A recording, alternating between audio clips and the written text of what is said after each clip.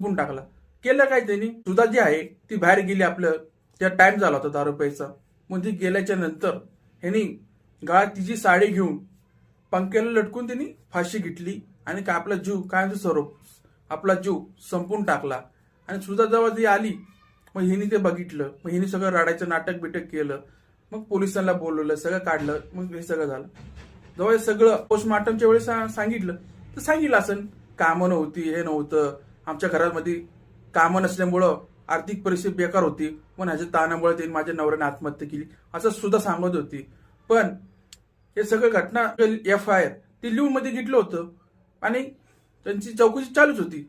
पण गावाकडनं संदीप आला आणि संदीपने सगळी काही घटना सांगितली की त्या बाईलाच दारूचा नाद लागला होता, तिच्या बहिणीने तिला दारूचा नाद लावला होता आणि हे सगळं मध्ये माझ्या भावाला मारायचे, त्याला छळायचे, त्याकडनं मारहाण करून पैसे काटून घ्यायचे.